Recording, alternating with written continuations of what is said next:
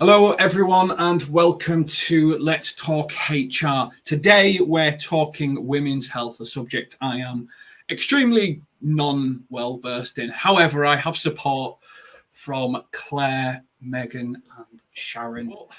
Today, we're going to talk about women's health and to sort of give you some context. We're not just going to talk about it in the case of let's talk about all the problems and all the things and all the things women have to go through. That's going to be part of it, but we are going to try and link everything to how this affects the workplace and how employers should be more considerate about women's health and how they can support women when they go through various different stages. We were talking before this, I pulled up the government women's health across the world and listed the 25 different things that they would go through throughout a period of working life compared to the one thing a man goes through in terms of medical. So there's probably quite a lot to cover, but we're going to start talking about period pains and period cramps, because this can be quite debilitating for a lot of people. And you know, I'll be honest, as an employer, sometimes when someone brings in sick and says they've got period cramps, I roll my eyes and go, really? But Meg, you went through a really bad case of this, haven't you, in the past? Yeah. I had a few different gynae issues that sort of all kind of came together in one nice kind of package.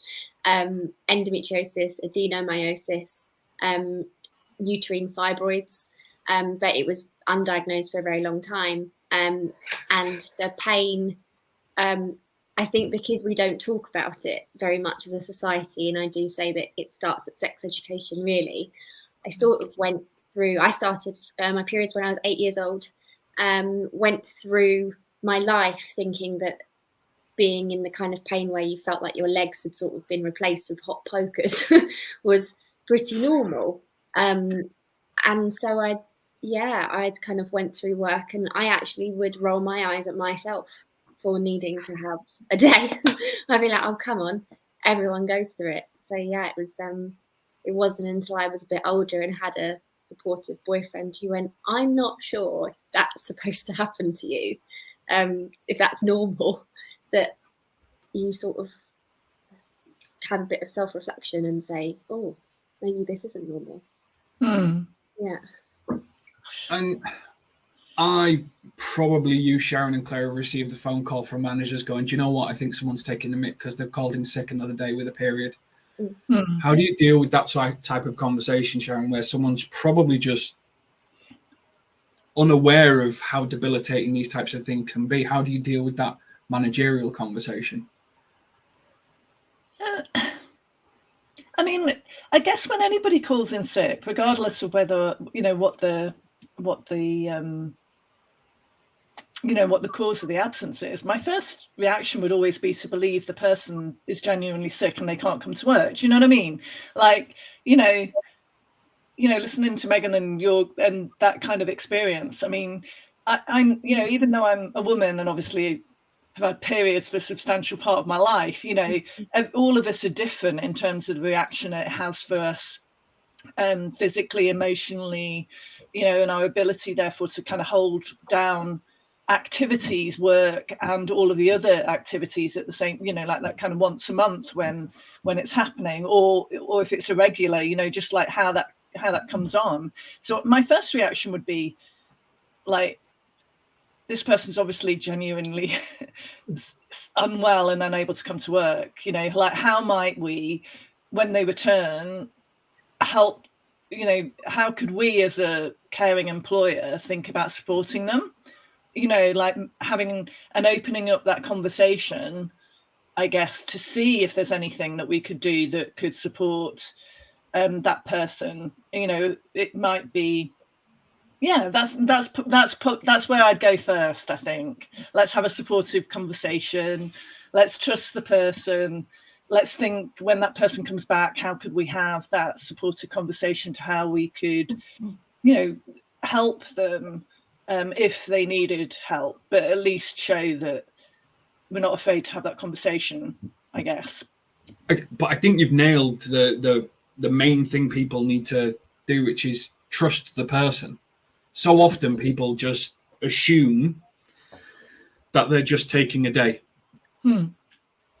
And they're throwing out an excuse, and they're just taking a day, and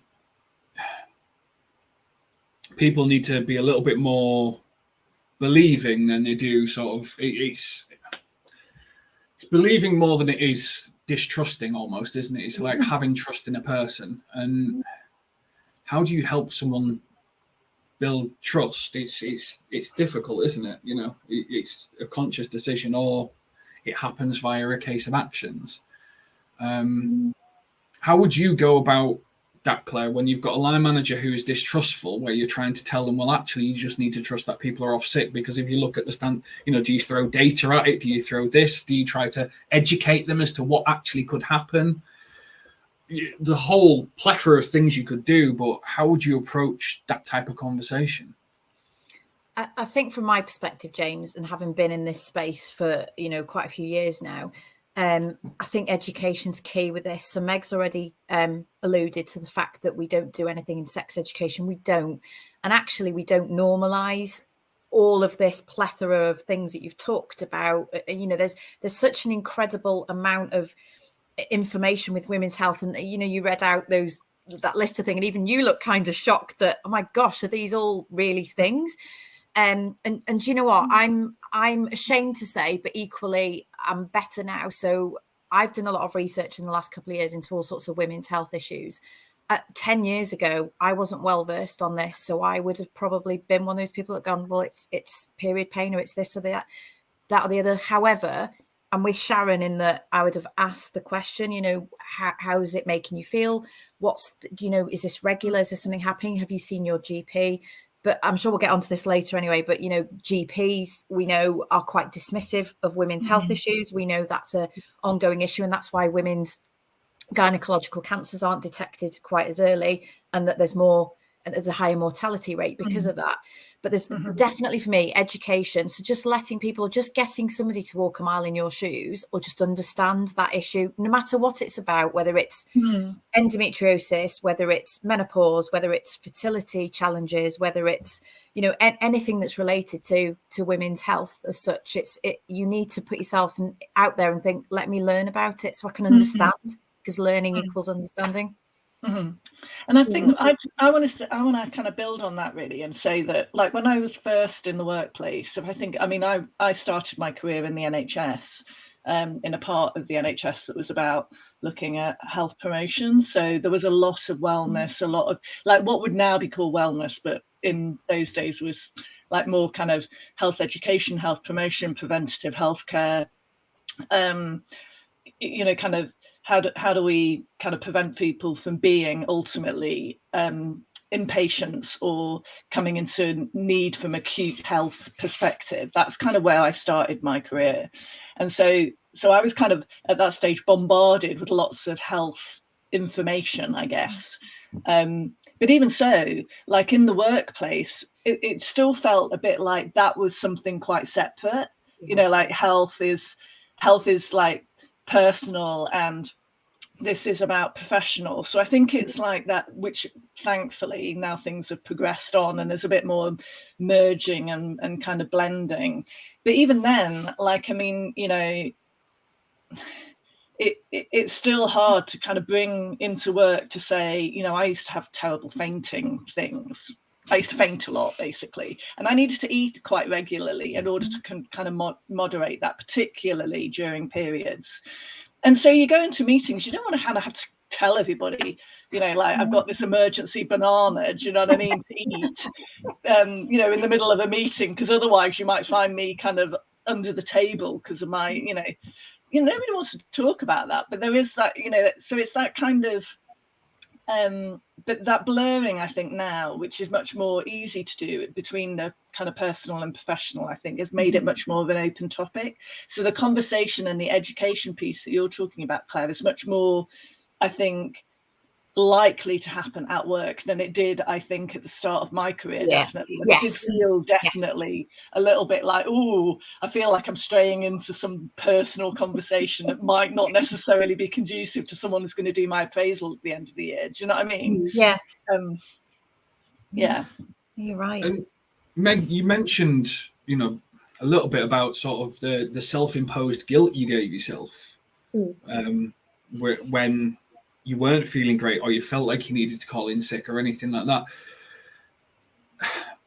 And it's without support from a line manager or something like that, or people to understand it, just sort of self-perpetuates, and then you don't think you're worthy of promotions and opportunities and stuff like that. So how have you ever experienced sort of the supportive side of managerial, you know, being on that, I need to be honest, this is the problem, can you help me? I would really love to say that, you know, I'm not counting posts. So I had a hysterectomy 3 years ago.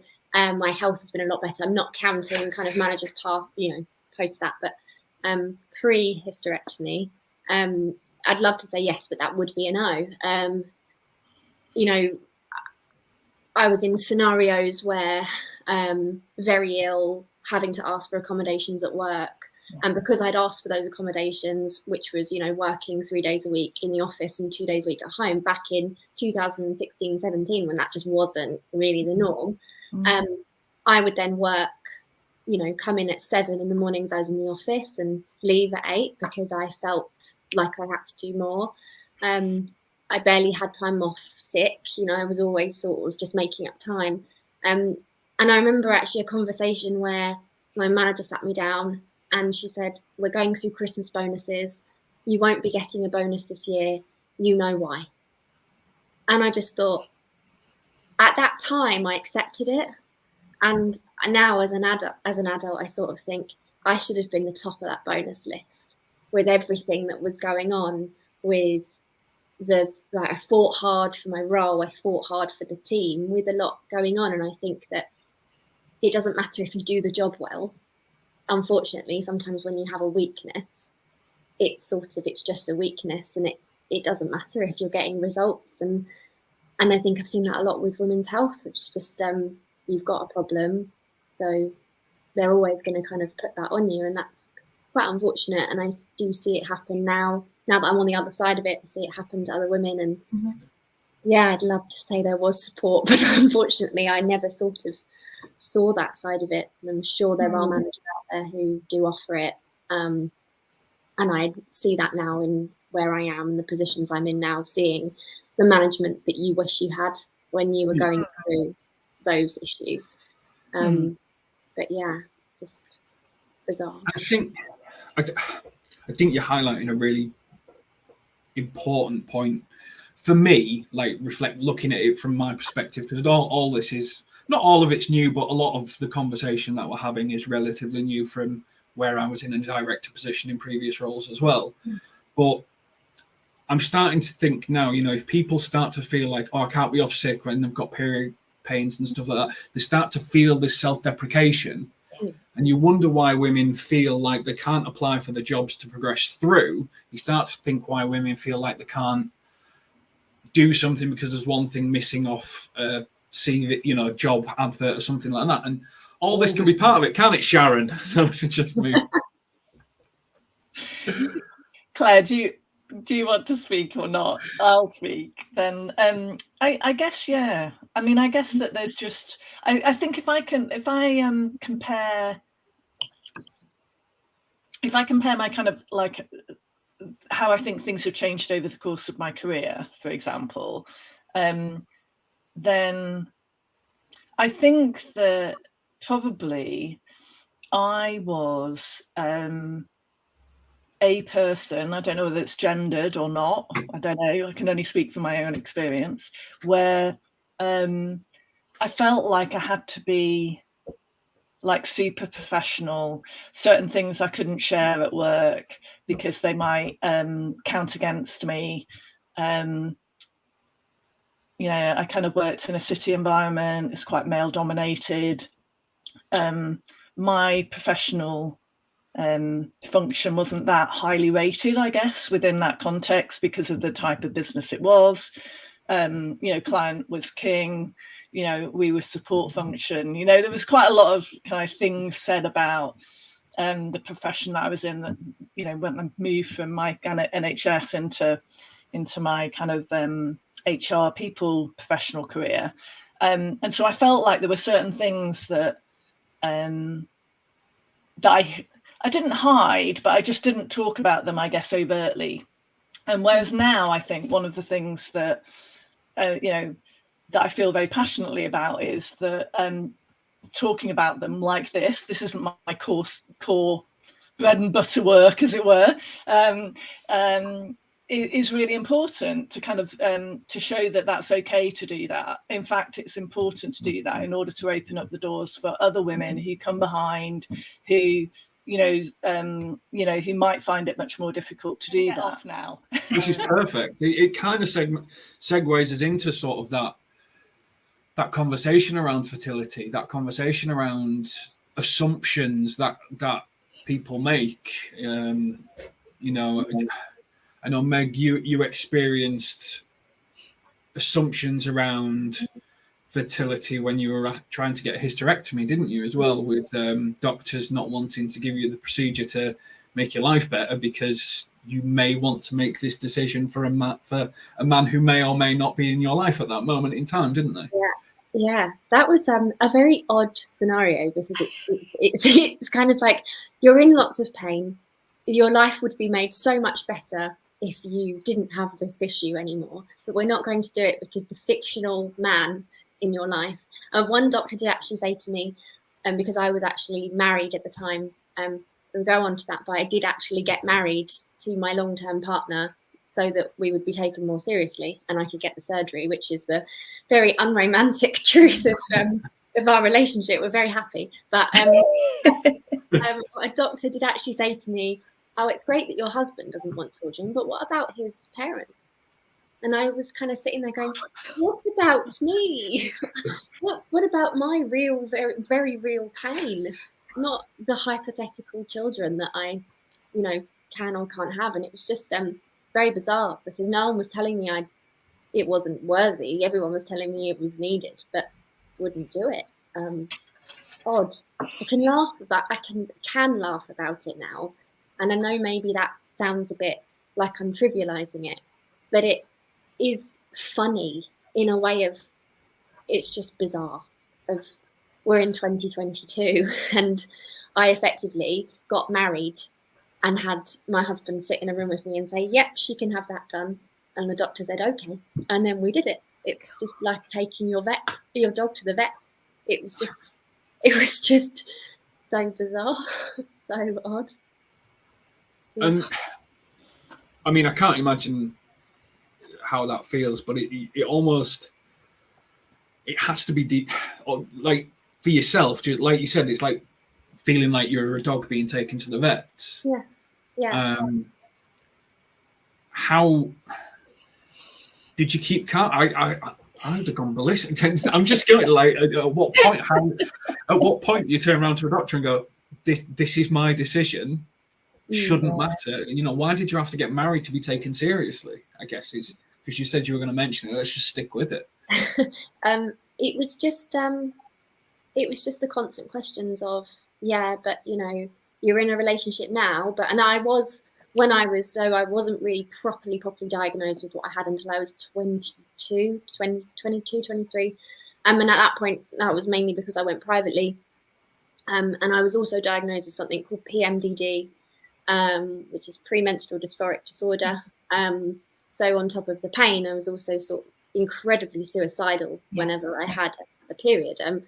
And so a hysterectomy for me was just really the best way to deal with it. It was sitting in a room.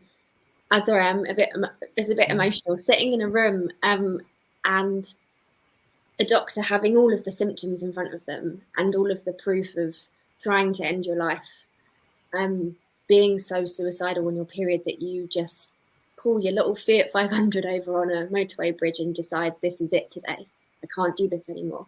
And they have all of that proof, and they have, psychiatrists' letters, but they still prioritize the man sitting next to you who may or may not decide one day that actually he wants biological children.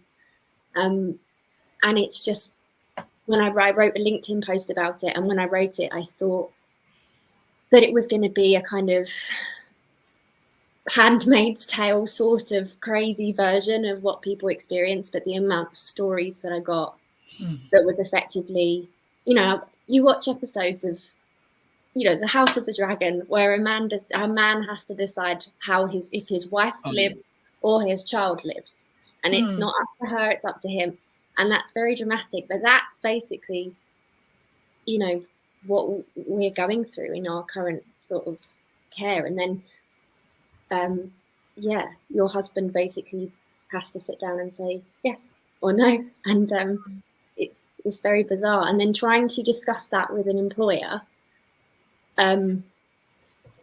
You know, it's not just the pain of it, it's the emotional. Because honestly, I to answer your question, I went off in a very long tangent, but the anger was colossus. Like I was just a seething ball of anger for probably about 4 years.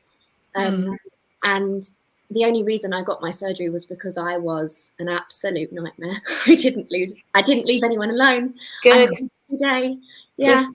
I called every day. No one liked me. None of the nurses liked me. My surgeon wanted to get rid of me. I mean, if he ever sees this, he'll probably think she was a nightmare. It was the only way. I was like, remember me? Really struggling. Can we speed it up? And I was horrible. I was a horrible patient. I was rude. I was mean. I was at the end of my tether. And it's really sad that I got the care I deserved, you know, 10 years ago, because I was a problem, because I gave them a problem. Yeah. And there's so many women who I speak to who are like, I've only got the results I've got because I had a bit of a hissy fit down the phone, or I sent an email. I actually threatened legal action in the end. And that's how I got where I needed to go. And you don't want to be that patient. No one does. You don't want to be. And you know, if you're a man and you're complaining about something, you're strong and you know, resilient and persistent. And if you're a woman, you're having a hissy fit. Yeah. Or overly emotional, or you know, that really. I think the whole narrative around this, James, it's very not funny, not ha funny, and I'm very sorry for both Meg and Sharon's experiences, and I would really like to say things have improved, but I think we're still in that place.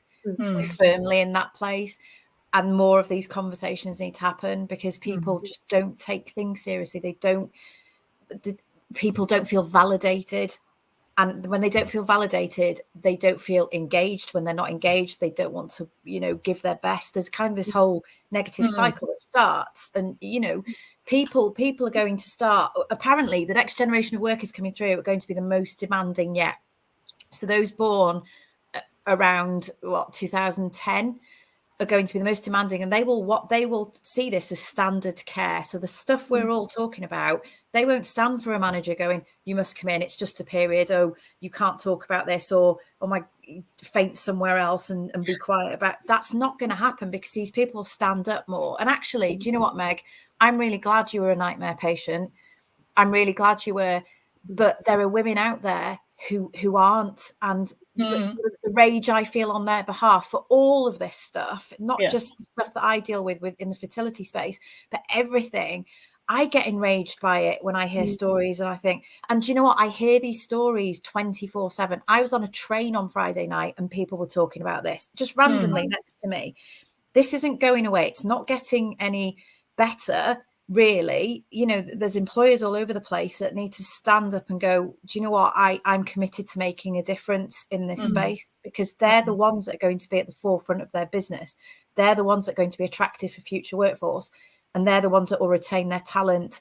And I think it's quite funny, because they don't realize it yet. And when we talk about what we do with fertility, we say mental health was this 10 years ago, menopause was here 5 years ago, and all women's health stuff, endometriosis, PMDD, all this stuff, menopause is coming up right behind, and there's more conversations happening about it, and there's more awareness. And I think because there's more chat about it, the awareness comes behind it, and people are like, oh yeah, right, this is a thing. I mean, we talk about all the time, when you start talking to people, even absolute strangers, about what you've been through in terms of fertility, you know, your experience with your gynecological health, the amount of people that go, that's happened to me.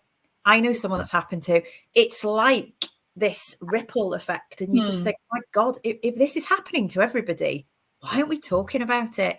And that's my biggest thing when I talk to people. I'm like, why aren't we talking about it? Which is why I talk about things I talk about, because it empowers me, because I can see it change, shifting. It's small, don't get me wrong, it's small, but because I'm behind that change, I feel I'm like, I ramp it up, and I'm like, I will talk to anybody about this, male, female, trans. I'm not bothered. I'm not bothered. If people want to listen, they can listen. If they don't, they don't. But the people who do listen and are in that space will definitely be better employers overall, because you won't, you won't have all that drama and heartache. And can I share what's the repercussions going to be if I ring in sick 2 days a month? It's endometriosis is a real thing. I have a friend who's very young. She's in her 20s. She actually worked in an environment, got really sick one day, drove home, told her manager she was going home, pulled over in her car and woke up in hospital several days later because she has endometriosis and it was on her lung. She had a collapsed lung. Yikes. And I'm like, she could have died. She could have been in the car and died because of women's health. That's fundamentally what would have killed her. And employers like, oh yeah, you can go home and you can do that. But you know what? The gravity of these situations just is so underplayed. Sorry, I'm getting on my soapbox now, Sharon. I think we can all get on our soapbox, can't we? And I think that, like what you were saying as well, the things that come up from that for me as well is that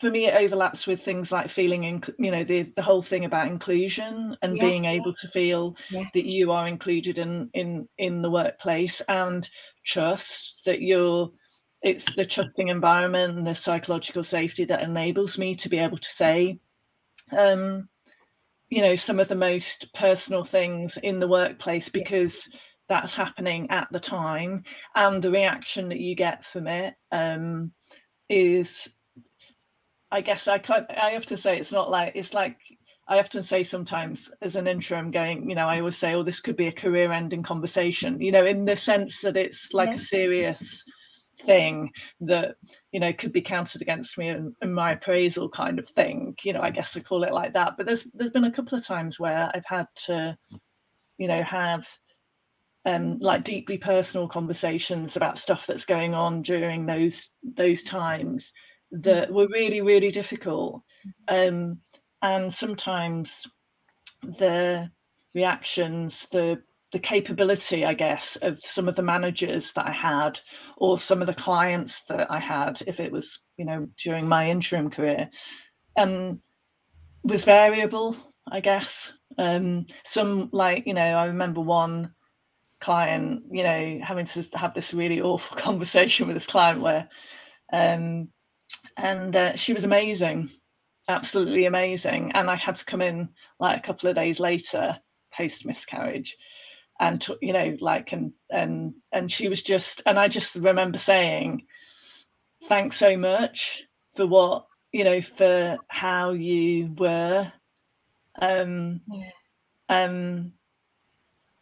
because I can't, not everybody would have been like that, and that's sad, really. But hopefully the more conversations we have, the more educated employers get, the more they realize that, okay, it is about women's health, but there's lots of other things that this intersects with, that if we got some of those things nailed, we would be in a better position, workplace wise, society wise, community wise, etc., for me. So it's a no-brainer, really, that and it's really, you don't need to know everything either. You just need to be able to have a conversation, because most of the time the person you're having a conversation with knows quite a bit more about it than you do anyway, because it's happening to them. So I kind of figure it's like, all you've got to do is be able to,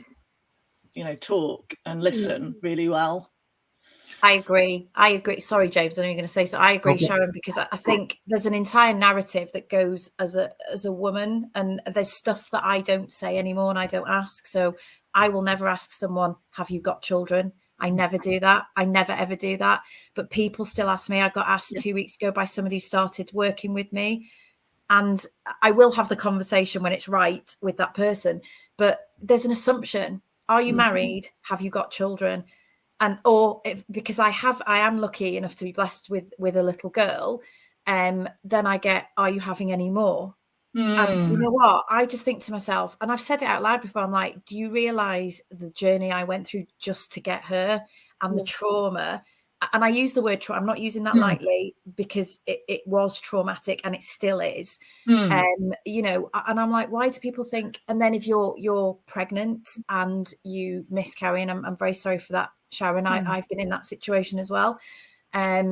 You know, the whole, at least you can know you can get pregnant, at least these conversations. And I'm like, then you're a woman without children in later life, and you are viewed differently by society and by work. And I'm like, you can't flip and win here. You're in a box. You're in a box somewhere along the line at every single point. How do you get out of that? I don't know. I'd love someone to tell me, but I want people to stop asking me those questions. And I don't feel strong enough sometimes to say, don't ask me those questions. I've become quite adept now at, when someone says to me, oh, do you have children? I used to sort of make up a little thing, and I realized it wasn't for my benefit, it was for their benefit. And I kind of got to the point where I was like, you know what, I'm not doing this anymore. So my response to, would you have children, is I actually am barren. And then they look at you and they back off. And my favorite response is, oh, did I give you a direct response to your very inappropriate question and personal question? And then they sort of either go, oh my goodness, I'm so sorry, or they sort of do that thing that tellies do when there's a sort of like glitch, and then they go, look away and talk to someone else. And it's like not taking ownership of someone else's awkwardness. Because I've got my own. It's really good. Awkwardness at where do I fit in as this weird sort of middly person who doesn't have children and won't have them, but isn't old enough to be considered as the menopausal woman, but is technically. I kind of identify with what you were saying. Well, both of you, Meg and Claire, really, is that I think that the trauma for a very long time used to kind of like probably make me like, you know, like in the workplace, oh my God, you know, I might have to rush to the toilet to have a little bit of a cry, or raging, you know, that people have been so insensitive, I guess. And that kind of, oh, I need to be professional, so I can't say that's a deeply inappropriate question to ask me, you know, like, but then I kind of thought, you know, this you know, from a personal, well, I can either keep it in a box and say it's personal, I don't bring it into work, or and that didn't really feel very authentic once I'd got through, you know, the traumatic, you know, like I just want to curl up on the floor and not leave the house, you know, that but then to be able to kind of be authentic at work and say, actually, no, I don't have children, unfortunately. And what I notice is that the people who really listen, you know, check that and get that. And there's a deeper connection. And I also feel like I've been authentic to myself, and I've not tried to make somebody else feel better for what is a deeply kind of insensitive question, really. Because you should be led by the person and what they're saying and sharing with you at work for all sorts of reasons, you know. But I think that, and then you get the, you know, you're like, my husband gets like, oh, you'll work all of the half terms, you won't want to take off. Yes. You know, like, you wouldn't want to take off this time. You'll be in the office during the summer holidays. You're just like, hang on a minute. You haven't got a family. You haven't got a family. And I'm like, I have got a family, because in my 20s, I didn't have children. Sorry, Megan, you're going to say something.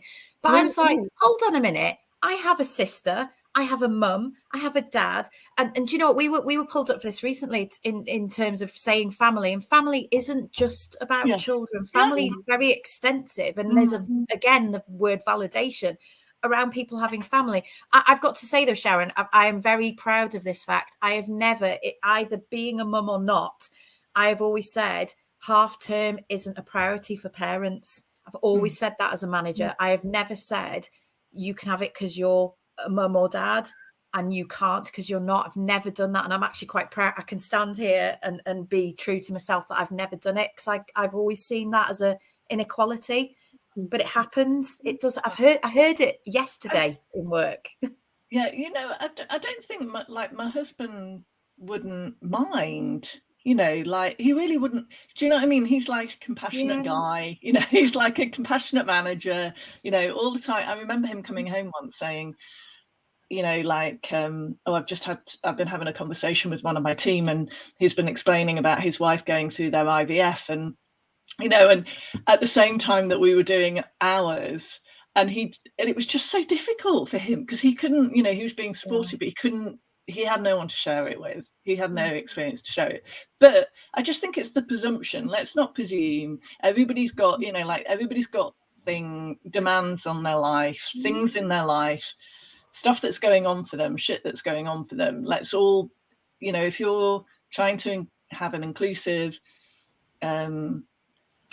supportive workplace, then, you know, look at the people around you and what their needs are, you know, and don't presume on the basis of what you might see that they do or don't have, you know, or what information they do and don't share. It's kind of like, you know, you're there to kind of help set the tone and a supportive environment in whatever sphere of influence you have, to try and get the best out of the people that are around you. That's the thing that I think I would kind of lead with. And Meg, you were gonna say something, Meg, so. Oh no, I don't. I was just really sorry. I was very focused on that point. Yeah, I think there are the assumptions and being put in that box, but I've had it like the flip side where I've been asked. I had a big gap in my career, and I was asked in an interview why I had the time off, and I, you know, recently have always said I had surgery, I had a hysterectomy, and because I think it's a good test of the water to if they kind of respond, and I actually had a man in an interview say, "Oh, well, that's great. Career path will do this because none of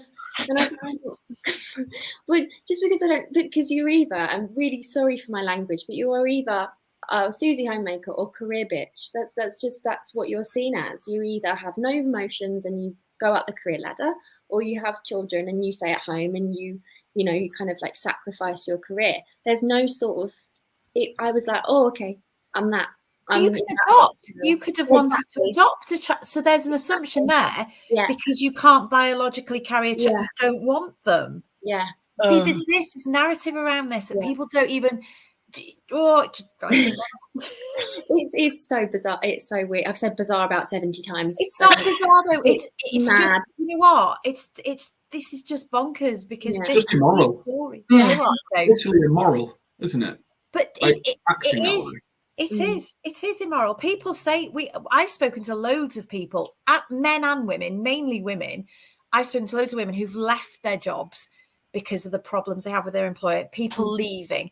The amount of people that take sick leave and lie, Meg and Sharon, I don't know whether you've been in that situation. I have, where I've lied about the reason for being off because I didn't want to declare I was having fertility treatment, or I didn't want to declare I was having problems conceiving, all that stuff, and there's people that have signed NDAs. I think I've said this to you before, James. There's people that sign NDAs because of this stuff, because they have declared they want a family and the company have gone, no. And they can't talk about it. They are silenced. They're literally silenced on this topic. And it just feels, it's enraging. You talked, Meg, about being a ball of, I just get to levels and I have to step away from these conversations because I'm so angry, and there's so much narrative around women being disadvantaged. And, and now I have a daughter. I'm like, I need to fight for her future, as well as, you know, what I went through and the experience I had, and thousands of other women that I've spoken to. And I've literally spoken to all these people, and they're saying work didn't do this, work didn't do that. I spoke to somebody recently who's she had a late loss, quite sad, and her manager was like, well, enough's enough now, can you just come back to work? And these are recent conversations. These are not things that are being made up. They're recent conversations, and everyone that I speak to looks horrified, like you all do. I'm like, so it's still happening. I know you feel. Look, I feel horrified, because I think, for God's sake, you know, like no but, empathy. But I'm not. Yeah, but I'm not surprised. I'm not surprised, sadly. You know, I was reading Everyday Sexism, Laura Bates's book, Everyday Sexism, and just from start to finish, like, it was bedtime reading, not very settling bedtime reading, I have to say, quite enraging, but I was like, you got get angry or something. I was reading it. You sleep. Ah. I can't sleep. No, but I was reading it, and I mean, it's like 2014, I think it was published, something like that. And I was just like reading it, going, like, I'm simultaneously shocked but not shocked. Yeah. Do you know what I mean? Yes. Like, yeah. this could be the story of my life, yet it's now 2014 when she wrote it, and it's still happening now, kind of, you know, like in the workplace, outside of the workplace, etc. You know, my poor husband was like listening to me going, you would not believe it. You know, I'm like getting enraged by the statistics of it. But yeah, I mean, so it doesn't. So I'm kind of not surprised. I think that, and I think sometimes we're placated by, like in lots of other areas where there's an inequity or inequality, we're kind of supposed to be somehow placated by some progress. Like the government strategy, James, that's been developed. Like, we should be grateful for that. Like, you know, like that we're not 50% of the population, and indeed a growing percentage of the workplace. You know, more than like that, where we just need to have some consideration that some of our needs might be slightly different to others. So yeah. And I think taking it to that childbearing age, isn't it? You know, and I know we've talked around a lot of it, you know, Meg, you saying that, oh, he was like, yes, and obviously being honest in certain interviews. And, you know, you've all shared your story with myself and my wife. We decided not to have kids. Now imagine her trying to have that conversation with people, because 35, so, well, you might still change your mind. No, we've decided having kids. Well, and that's the constant conversation. And she's been overlooked for promotions because she's of childbearing age. She's probably lying to us. She's probably trying to have a kid right now. And we found out about one instance because we found an email. So obviously we took action on that particular instance. But one of the things that is a problem, you know, once you're pregnant, you're protected in a lot of instances. But until you're pregnant, and something that you're doing quite a lot of work on at the moment, Claire, with Fertility Matters, is protecting people going through IVF treatment, because that has a horrible sort of effect on a woman's body and how it all works and stuff like that. And I don't know any of it, so I'm just sort of introducing, hoping you'll take over at some point soon. No, you're right. There is no protection. I think for anyone who's listening, the protection starts when you have what's called the embryo transfer. So protection starts there, and it ends 2 weeks after a false pregnancy test, I think. Let me just kind of check that. But it's definitely when embryo transfer occurs, you are protected as pregnant. But I think the difference with fertility treatment is you, under normal, I hate using this word, normal circumstances, you become pregnant, you wait till you're safe 12 weeks, and then you declare it to your employer. Okay. When you're going through treatment, by declaring at that point you are trying, you are already disadvantaging yourself. And you are putting your hand up and you're saying, I am intending to have a baby, and I'm intending on going on maternity leave, and I will take time out. And straight away, conversations just turn massively. They happen very quickly. And it's it's a really personal thing. You don't go into work and go, oh, we're trying. Well, I never did. There might be people listening that do that.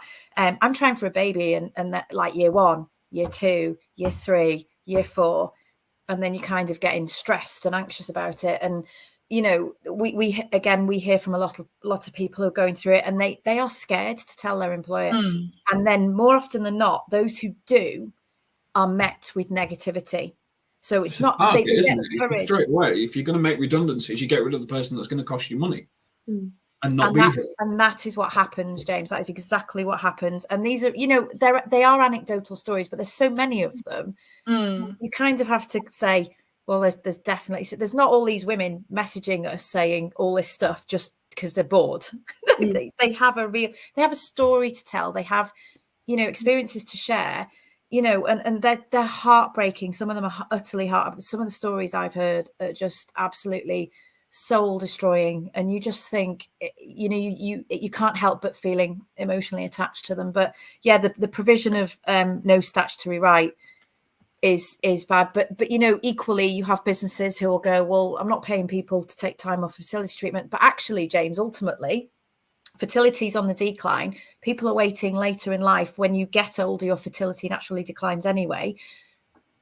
Businesses are going to have to go, I will pay you because that might be the only option in God, how much future I'm talking about. Egg freezing is already a perk in the United States. People they pay so that people can work for them and freeze their eggs for future fertility preservation. We're not behind. We are on that trajectory as well. And I think it's quite interesting how people don't look at the future. They don't put their head up and go, what is actually going to happen, and look at the stats and the data behind it. Because I'm a real big data person when it comes to HR. If someone goes, oh, this is going to happen, I'm like, well, just show me the data that says that. But fertility rates are on the decline. And as well, the regulatory body, the HFEA in the UK, so they report on all cycles that happen in the UK. They don't report on all those people who pay for private treatment abroad, where it's cheaper. So I paid in excess of £15,000 for my treatment. That's a lot of money. That is a lot of money. And that was 5 years ago. But IVF doesn't guarantee a baby. People will know that on the call. There are people that go, oh yeah, go and have IVF and that'll be fine. And you just like, people have 7, 8, 9. I know people have remortgaged their houses more than once, lost their houses, marriage breakdowns, God knows, savings gone. And this is all a very real kind of stress. And Sharon, you mentioned psychological safety before. People don't feel confident in standing in work going, I'm broken and I can't cope anymore. Or I'm even, Fertility Network did a study and showed that people were suicidal because of repeated attempts and repeated pushback at work and career suicide. Sharon, great term. Yeah, absolutely. But I think it's coming, James. And I am working on it relentlessly in the background. I just think people need to understand the bigger picture. I understand small businesses that will say, I can't afford that. I get that. And I'm not all for pro women's rights that people need to pay for everything. People have made comments to me saying, what's next? Are we just going to pay for period days? And, like comments like that. And you're just like, well, yeah. But it's kind of, I think, like there's a delicate balance, isn't there, between, like the kind of,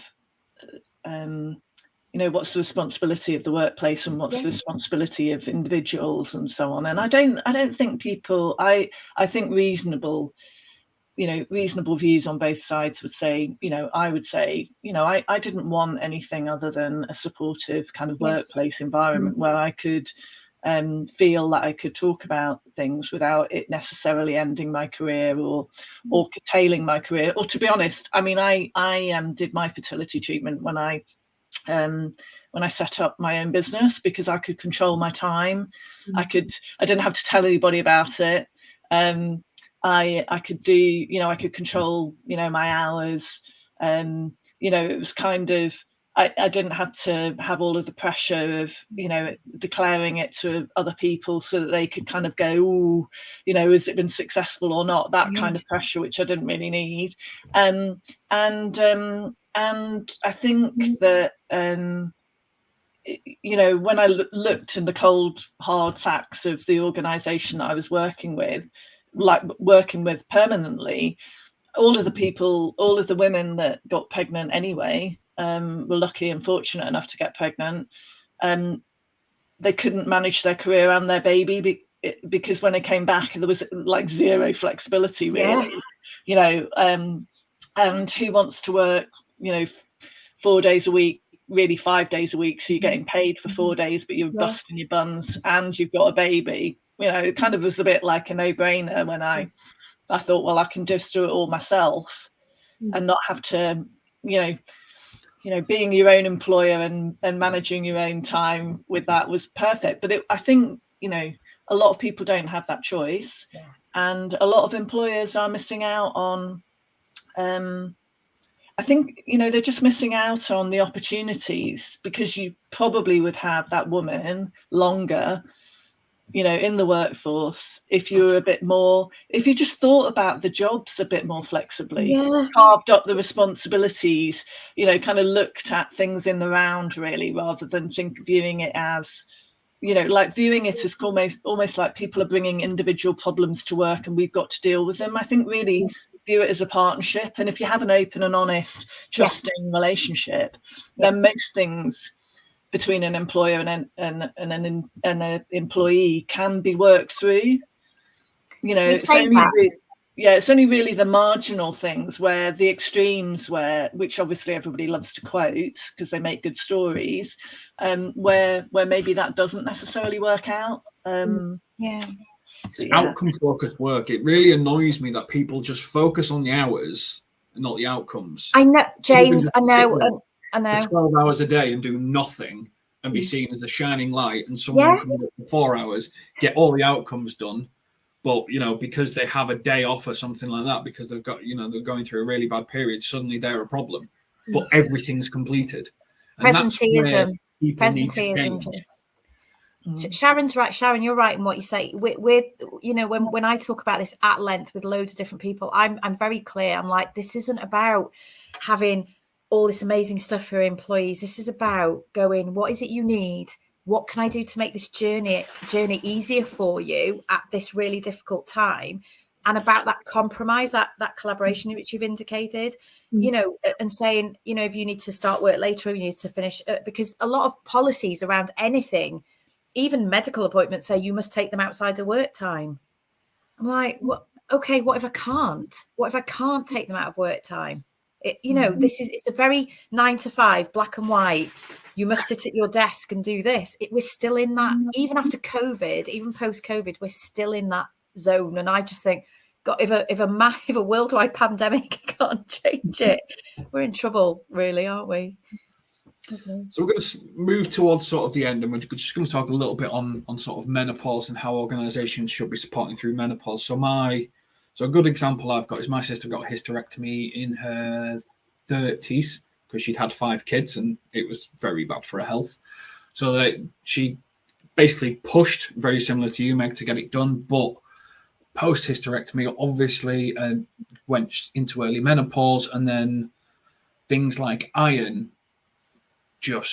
and B12 and other vitamins just suddenly dropped out of her body, and she can go getting these injections and be great for 3 weeks, and then suddenly crashes and is useless until she gets the injection again, which she's got to wait until the doctors can get her in, until she can get it done, until she can do it. So she works at probably about 120% for 3 weeks, and then needs the injection and crashes to about 80%. How do employers need to, how do employers need to think about this? And I guess, Meg, this is probably something you've thought about with medical intervention and stuff like that for yourself. How do you sort of broach that?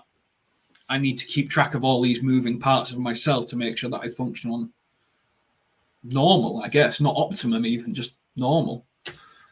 Yeah, I think it's goes back to what we've all just discussed about, you don't need to offer amazing amounts of benefits. You don't need to say we have period days and we have this.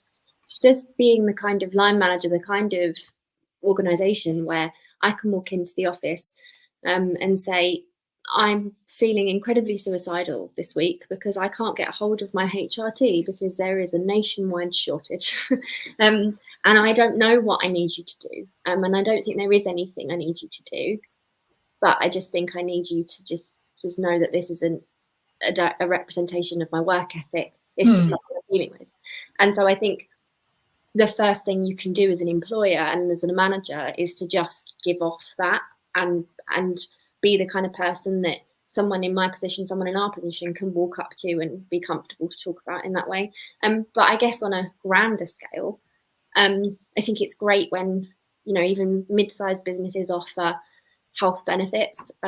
Especially love to see an increase in mental well-being. I really love seeing, you know, the 24-hour kind of counselling support and GP service.